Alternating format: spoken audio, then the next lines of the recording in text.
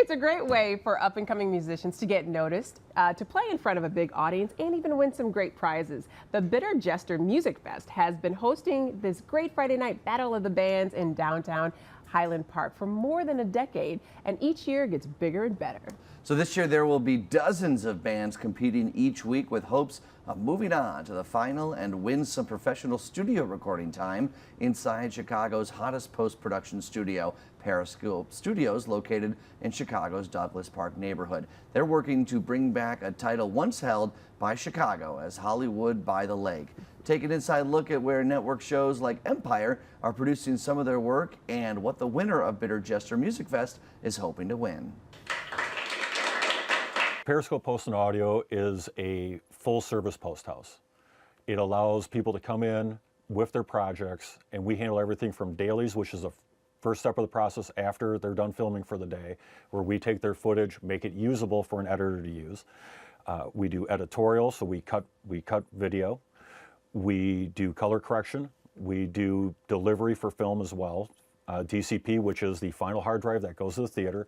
And then when it comes to the audio side, we also have the ability to do dialogue replacement. So if there's an error on screen, we bring the actor in, allow them to come in and replace their line. We do sound design, so all the great exciting noises you hear in the background, we put those in. We also do Foley, which is done by manually for footsteps, so on and so forth. And that gives everybody in Chicago and surrounding areas a place just like you get in Los Angeles, but with a much shorter drive.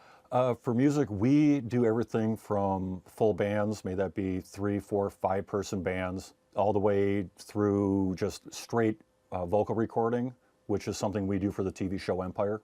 So when it comes to music, we will go from start to finish. I actually really am excited about judging the Bitter Jester Music Festival. It's been around for 12 years. It's a staple for musicians to come in and really show their work. And being asked to do it is actually kind of an honor for me. I get asked to judge script writing, 48-hour film festival. So this is something a little bit different. And I'm really looking forward to it.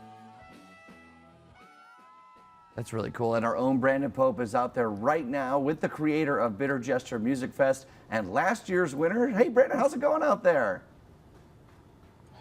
Hey, good morning, guys. Right here at the home of the Lion family here at Periscope Studios. And we're here with Nick DeGrazia. He's the founder, the mastermind behind the Bitter Jester Music Festival here. How you doing, Nick? Pretty good. How are you doing? I'm happy to be here, man. So let's just get right to it. Why did you create this festival? So I was a musician in a former life. I do film and TV production now, so it's really just my excuse to live vicariously through these young musicians. But what I notice is that there aren't a lot of opportunities for musicians who are doing bands on their own. They're in garage bands and basement bands, and they're not necessarily in the school program doing music through an institution. Right. So this is an opportunity for young musicians to come together, network with other peers who they wouldn't have necessarily met otherwise, and have performance opportunities and a chance to win some really cool prizes. And there's a foundation connected to this as well, right? Yeah. So the Bitter Jester Music Festival is produced by the Bitter Jester Foundation for the Arts, which is a 501c3 here in Chicago. And so it's a really good cause. If people, when we have all our concerts, we give out raffle prizes to the audience, and all the money that we get, that gets raised through that goes to the foundation as well. And how does this really all work? How does this get set up? Sure. So basically the way it works is bands apply.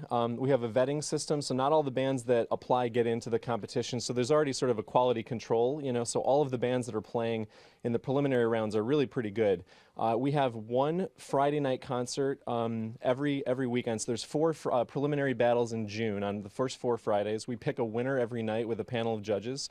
And then at the end of June, we announce some wild card bands. And then the 4 winners and the 4 wild card bands compete against one another at the grand finale, which is on the 4th of July, and it leads up to the City of Highland Park's fireworks display. And the grand prize getting to perform right here in studios like this one here. And actually, one of the winners from last year, the grand prize winner was Greenhouse, and I'm here with Sam Subard. He's the percussion master for that group. How you doing, man? Great, thanks for having me. So tell me, how do you win it? what really goes into that? I would say it all has to do with hard work, versatility, and being able to find something that's gonna, showcase what you do best from the other groups, because that's what really that's what made us step aside and really work on our craft and allow us to be where we are today. That's awesome. And how important was the Bitter Jester Music Festival to what you guys do and getting you out there? Definitely very important.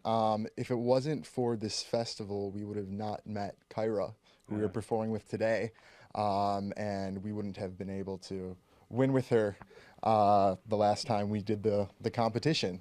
So like Nick was saying, it's really, I think the best thing about this whole competition and festival is that it's really the networking opportunities that come out of it are really beneficial. That's awesome. Well, you guys got a performance lined up for us here, so we're going to head over to Greenhouse featuring Kaya, and we'll let you go ahead and get started with that.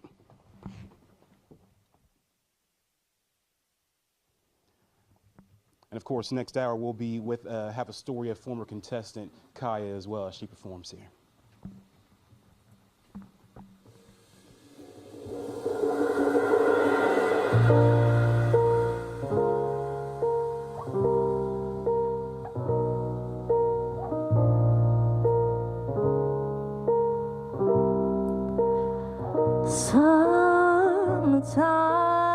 Summertime and the living is easy. The fish are jumping and the garden is high.